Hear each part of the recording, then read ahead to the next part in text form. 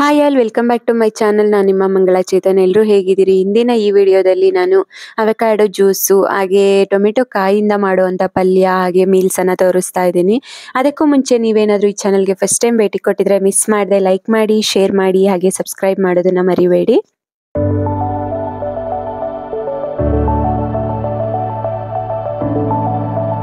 ನಾನು already previous ವಿಡಿಯೋನ upload ಮಾಡಿದೆ. Daughters day special last year ಜೊತೆ ಹೊರಗಡೆ ಹೋಗಿದೆ. ಸೊ ಹಾಗಾಗಿ ಸಂಡೇ ರೂಟೀನ್ ಸ್ವಲ್ಪ ಮಿಸ್ ಆಯಿತು.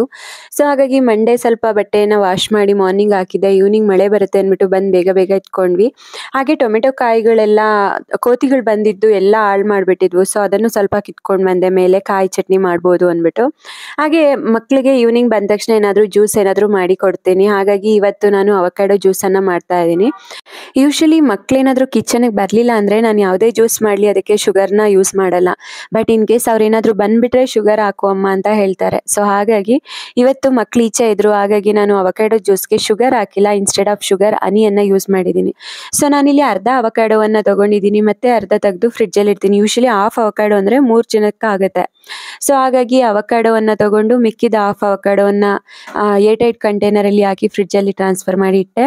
ಸೊ ಈಗ ನಾನು ಮಿಕ್ಸರ್ ಜಾರಿಗೆ ಅವಕಾಡೋವನ್ನು ಹಾಕ್ಕೊಂಡಿದ್ದೆ ಅಲ್ಲ, ಅದಕ್ಕೆ ಸ್ವಲ್ಪ ಜೇನುತುಪ್ಪವನ್ನು ಹಾಕ್ಕೊಳ್ತಾ ಇದ್ದೀನಿ. ಸುಮಾರು 1 ದೊಡ್ಡ ಸ್ಪೂನಷ್ಟು ಜೇನುತುಪ್ಪ. ಯೂಶಲಿ ಹಾಫ್ ಹೋಗುತ್ತಲ್ಲ, ಹಾಗಾಗಿ 2 ಸರಿ ಹಾಕಿದ್ದೀನಿ. ನೀವು ಜೇನುತುಪ್ಪವನ್ನು ಪ್ರಿಫರ್ ಮಾಡಲ್ಲ ಅಂದರೆ ಈವನ್ ಡೇಟ್ಸನ್ನು ಹಾಕ್ಕೋಬೋದು ಅಥವಾ ಡೇಟ್ ಸಿರಪನ್ನು ಹಾಕ್ಕೋಬೋದು. ಮತ್ತು ಇದಕ್ಕೆ ಹಾಲನ್ನು ಕೂಡ ಹಾಕಿ ಸ್ವಲ್ಪ ಪಿಂಕ್ ಸಾಲ್ಟು ಮತ್ತು ಸ್ವಲ್ಪ ಏಲಕ್ಕಿ ಪೌಡರ್ನ ಹಾಕ್ಕೊಂಡಿದ್ದೀನಿ. ಯೂಶಲಿ ಏಲಕ್ಕಿ ಮತ್ತು ಪಿಂಕ್ ಸಾಲ್ಟ್ ಒಳ್ಳೆ ಫ್ಲೇವರ್ ಕೊಡುತ್ತೆ ಜ್ಯೂಸ್ಗಳಲ್ಲಿ. ಸೊ ಹಾಗಾಗಿ ಅದನ್ನು ಹಾಕ್ಕೊಂಡಿದ್ದೀನಿ. ಮತ್ತು ಈಗ ಜ್ಯೂಸನ್ನು ಮಕ್ಕಳಿಗೆ ಇಬ್ರಿಗೂ ಕೊಟ್ಬಿಟ್ಟು ನಾನು ಕೆಲಸಗಳನ್ನು ಸ್ಟಾರ್ಟ್ ಮಾಡ್ಕೊಳ್ತೀನಿ. ಮಕ್ಕಳಿಗೆ ಯೂಶಲಿ ಗ್ಲಾಸ್ ಕಂಟೈನರನ್ನೇ ಕೊಡ್ತೀನಿ. ಯಾಕೆಂದರೆ ನನಗೆ ಕಮೆಂಟಲ್ಲಿ ಕೇಳಿದ್ರಿ, ಅಷ್ಟು ಚಿಕ್ಕ ಪಪ್ಪು ಅವನಿಗೂ ಗ್ಲಾಸನ್ನೇ ಕೊಡ್ತೀರಾ ಅಂದ್ಬಿಟ್ಟು. ಹೌದು, ಆ್ಯಕ್ಚುಲಿ ಅವ್ರಿಗೆ ಹ್ಯಾಂಡ್ಲಿಂಗ್ ಎಲ್ಲ ನಾವು ಇವಾಗ ಕಲಿಸ್ಕೊಟ್ರೆ ಅಲ್ವಾ ಅವ್ರು ಕಲಿಯೋದು. ನಾವು ಭಯ ಪಡಿಸ್ತಾ ಇದ್ರೆ ಅವರು ಅದನ್ನು ಮುಟ್ಟೋದೇ ಇಲ್ಲ. ಹಾಗಾಗಿ ನಾನು ಆದಷ್ಟು ನಾನು ಏನು ಯೂಸ್ ಮಾಡ್ತೀನೋ ಅದೇ ಐಟಮ್ಸ್ನ ಕೊಡ್ತೀನಿ. ಅವರು ಇಟ್ಕೊಳ್ಳಿ, ಅದ್ರ ಬಗ್ಗೆ ಹೇಗೆ ಕೇರ್ ಮಾಡಬೇಕು, ಹೇಗೆ ಅದನ್ನು ಯೂಸ್ ಮಾಡಬೇಕು ಅನ್ನೋದು ಅವ್ರಿಗೆ ಗೊತ್ತಾಗುತ್ತೆ. ನಂತರ ಎಲ್ಲರೂ ಜ್ಯೂಸ್ ಕುಡಿದು ಒಂದು 10 ನಿಮಿಷ ರೆಸ್ಟ್ ಮಾಡಿದ್ಮೇಲೆ ನಾನಿಲ್ಲಿ ಹಸಿ ಟೊಮೆಟೊದ ಪಲ್ಯವನ್ನು ಮಾಡ್ತಾ ಇದ್ದೀನಿ. ಯೂಶಲಿ ನನಗಿದು ಅಷ್ಟು ಐಡಿಯಾ ಇರಲಿಲ್ಲ. ಸೊ ನನ್ನ ಅತ್ತೆ ಮನೆಯವರು ಉತ್ತರ ಕರ್ನಾಟಕ. ಸೊ ಹಾಗಾಗಿ ನಾನು ಅಲ್ಲಿ ಕಲ್ತ್ಕೊಂಡಿದ್ದು. ನಂಗೆ ತುಂಬ ಟೇಸ್ಟ್ ಇಷ್ಟ ಆಗಿತ್ತು. ಸೊ ಹಾಗಾಗಿ ಈ ರೆಸಿಪಿಯನ್ನು ನಾನು ಅವಾಗವಾಗ ಮನೆಯಲ್ಲಿ ಮಾಡ್ತಾ ಇರ್ತೀನಿ. ಸೊ ಈ ರೀತಿ ಕಾಯಿ ಏನಾದರೂ ನಮಗೆ ಮನೆಯಲ್ಲಿ ಬೆಳೆದಿದ್ದಾಗ ಸಿಕ್ಕಿದ್ರೆ ಮಾತ್ರ ನಾನು ಈ ಪಲ್ಯವನ್ನು ಮಾಡ್ತೀನಿ.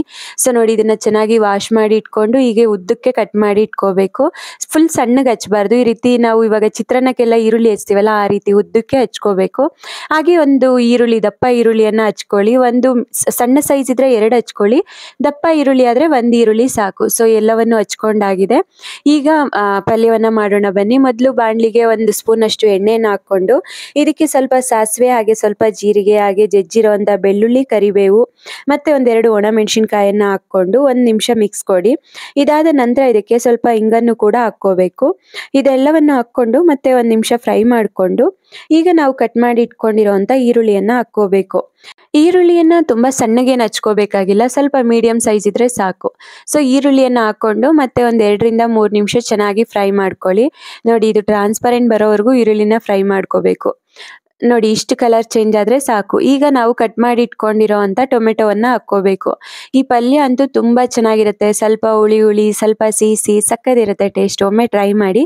ಸೊ ನೋಡಿ, ಟೊಮೆಟೊ ಕಾಯಿಯನ್ನು ಹಾಕ್ಕೊಂಡು ಇದನ್ನು ಕೂಡ 2-3 ನಿಮಿಷ ಫ್ರೈ ಮಾಡ್ಕೋಬೇಕು. ಇದಕ್ಕೆ ಸ್ವಲ್ಪ ಉಪ್ಪನ್ನು ಹಾಕ್ಕೊಂಡು ಮಿಕ್ಸ್ ಕೊಡಿ. ಅಂದರೆ ಉಪ್ಪು ಹಾಕಿದ್ರೆ ಸ್ವಲ್ಪ ಚೆನ್ನಾಗಿ ಸ್ಮ್ಯಾಶ್ ಆಗುತ್ತೆ ಮತ್ತು ಚೆನ್ನಾಗಿ ಬೇಯುತ್ತೆ ಅಂದ್ಬಿಟ್ಟು 1/4 ಸ್ಪೂನಷ್ಟು ಉಪ್ಪನ್ನು ಹಾಕ್ಕೊಂಡು ಮತ್ತೆ ಮಿಕ್ಸ್ ಮಾಡ್ತಾ ಇದ್ದೀನಿ. ಎಲ್ಲ ಮೀಡಿಯಂ ಫ್ಲೇಮಲ್ಲೇ ಫ್ರೈ ಮಾಡ್ಕೊಳ್ತಾ ಇದ್ದೀನಿ. ಈಗ ಇದಕ್ಕೆ ಸ್ವಲ್ಪ ನೀರನ್ನು, 1/4 ಗ್ಲಾಸಷ್ಟು ನೀರನ್ನು ಹಾಕಿ ಲಿಡ್ ಕ್ಲೋಸ್ ಮಾಡಿ ಮೀಡಿಯಂ ಫ್ಲೇಮಲ್ಲಿ ಬೇಯೋದಕ್ಕೆ 5 ನಿಮಿಷ ಬಿಟ್ಬಿಟ್ಟೆ. ಹಾಗೆ ಇದಕ್ಕೆ ಮೇನ್ ನಾವು ತೆಂಗಿನಕಾಯಿ ತುರಿ ಹಾಕಲ್ಲ, ಕಡಲೆ ಬೀಜವನ್ನು ಹಾಕ್ಕೊಳ್ತೀವಿ. ಸೊ ಹಾಗಾಗಿ ಸ್ವಲ್ಪ ಕಡಲೆ ಬೀಜವನ್ನು ಕೂಡ ನಾನು ಹುರ್ಕೊಳ್ತಾ ಇದ್ದೀನಿ. ಇದಕ್ಕೆ ಹಾಕೋದಕ್ಕೆ 4 ಸ್ಪೂನಷ್ಟು ಕಡಲೆ ಬೀಜವನ್ನು ಬ್ಲೆಂಡ್ ಮಾಡಿಕೊಂಡ್ರೆ ಸಾಕು. ಸೊ ಹಾಗಾಗಿ 4 ಸ್ಪೂನಷ್ಟು ಕಡಲೆ ಬೀಜವನ್ನು ತಗೊಂಡು ಈ ರೀತಿ ತರಿಯಾಗಿ ಪೌಡ್ರ್ ಮಾಡಿ ಸೈಡ್ಗೆ ಇಟ್ಕೊಂಡೆ. ಈಗ ಟೊಮೆಟೊ ಕೂಡ ಆಲ್ಮೋಸ್ಟ್ ನೋಡಿ ಸ್ವಲ್ಪ ಕಲರ್ ಚೇಂಜ್ ಆಗಿದೆ. ಎಲ್ಲ ಗ್ರೀನ್ ಇದ್ದಿದ್ದು ಸ್ವಲ್ಪ ಎಲ್ಲೋ ಆಗಿದೆ. ಸೊ ಈಗ ನಾವು ಇದಕ್ಕೆ ಮಸಾಲೆಗಳನ್ನು ಹಾಕ್ಕೊಳ್ಳೋಣ. ಸೊ ಇದಕ್ಕೆ 1/4 ಸ್ಪೂನಷ್ಟು ಖಾರದ ಪುಡಿ, 1/4 ಸ್ಪೂನಷ್ಟು ಅರಿಶಿಣದ ಪುಡಿ, 1/4 ಸ್ಪೂನಷ್ಟು ಗರಂ ಮಸಾಲ, 1/4 ಸ್ಪೂನಷ್ಟು ಜೀರಿಗೆ ಪುಡಿ ಹಾಗೆ 1 ಸ್ಪೂನಷ್ಟು ಧನಿಯಾ ಪುಡಿಯನ್ನು ಹಾಕ್ಕೊಂಡು ಮಿಕ್ಸ್ ಮಾಡ್ತಾ ಇದ್ದೀನಿ. ಈಗ ಉಪ್ಪೇನು ಹಾಕ್ತಿಲ್ಲ. ಫಸ್ಟ್ ಮಸಾಲವನ್ನು ಹಾಕ್ಕೊಂಡು ಒಳ್ಳೆ ಮಿಕ್ಸ್ ಕೊಡಬೇಕು. ಟೊಮೆಟೊ ಜೊತೆ ಚೆನ್ನಾಗಿ ಮಿಕ್ಸ್ ಆಗಬೇಕು. ಸೊ ನೋಡಿ, ಈಗ ನಾನು ಗ್ರೈಂಡ್ ಮಾಡಿ ಇಟ್ಕೊಂಡಿದ್ದಂಥ ಕಡಲೆ ಬೀಜದ ಪೌಡ್ರನ್ನು ಹಾಕ್ಕೊಳ್ತಾ ಇದ್ದೀನಿ. ಇದನ್ನ ಹಾಕ್ಕೊಂಡು ಒಂದೊಳ್ಳೆ ಮಿಕ್ಸ್ ಕೊಟ್ಟು ಅದೇ ಮಿಕ್ಸರ್ ಜಾರ್ಗೆ ಒಂದು ಅರ್ಧ ಗ್ಲಾಸ್ ನೀರನ್ನು ಹಾಕ್ಕೊಂಡು ರಿನ್ಸ್ ಮಾಡಿ ಹಾಕ್ಕೊಳ್ಳಿ. ಅಂದರೆ ಈ ಮಸಾಲವೆಲ್ಲ ಹಾಕಿದ್ಮೇಲೆ ಇದು ಒಂದು ಒಳ್ಳೆ ರುಚಿ ಕೊಡಬೇಕು, ಚೆನ್ನಾಗಿ ಬೇಯಬೇಕಂದ್ರೆ ಇನ್ನೊಂದು ಸ್ವಲ್ಪ ನೀರು ಸೇರಿಸ್ಬೇಕು. ಸೊ ಹಾಗಾಗಿ ಕಡಲೆ ಬೀಜದ ಕಂಟೆಂಟ್ ಇರುತ್ತೆ ಅಂದ್ಬಿಟ್ಟು ಮಿಕ್ಸರ್ಗೆ ಸ್ವಲ್ಪ ನೀರನ್ನು ಹಾಕ್ಕೊಂಡೆ. ನೋಡಿ ಇದೆಲ್ಲವನ್ನು ಹಾಕ್ಬಿಟ್ಟು ಒಂದು 5 ನಿಮಿಷ ಬೇಯಿಸಿ ಈಗ ರುಚಿಗೆ ತಕ್ಕಷ್ಟು ಉಪ್ಪನ್ನು ಹಾಕ್ಕೊಳ್ಳಿ. ಸೊ ನಾನು ಇವಾಗ ಒಂದು ಅರ್ಧ ಸ್ಪೂನಷ್ಟು ಉಪ್ಪು ಹಾಗೆ 1 ಸ್ಪೂನಷ್ಟು ಬೆಲ್ಲವನ್ನು ಹಾಕ್ಕೊಳ್ತಿದ್ದೀನಿ. ಯೂಶಲಿ ಆರ್ಗ್ಯಾನಿಕ್ ಬೆಲ್ಲವನ್ನು ನಾನು ಯೂಸ್ ಮಾಡ್ಕೊಳ್ಳೋದು, ಈ ರೀತಿ ಪೌಡರ್ ಎಲ್ಲ. ಸೊ ಎಲ್ಲವನ್ನು ಹಾಕಿ ಒಂದೊಳ್ಳೆ ಮಿಕ್ಸ್ ಕೊಡಿ. ಈಗ ಲಿಡ್ಡನ್ನು ಕ್ಲೋಸ್ ಮಾಡಿಬಿಟ್ಟು ಒಂದು 5 ನಿಮಿಷ ಚೆನ್ನಾಗಿ ಬೇಯೋದಕ್ಕೆ ಬಿಡಿ.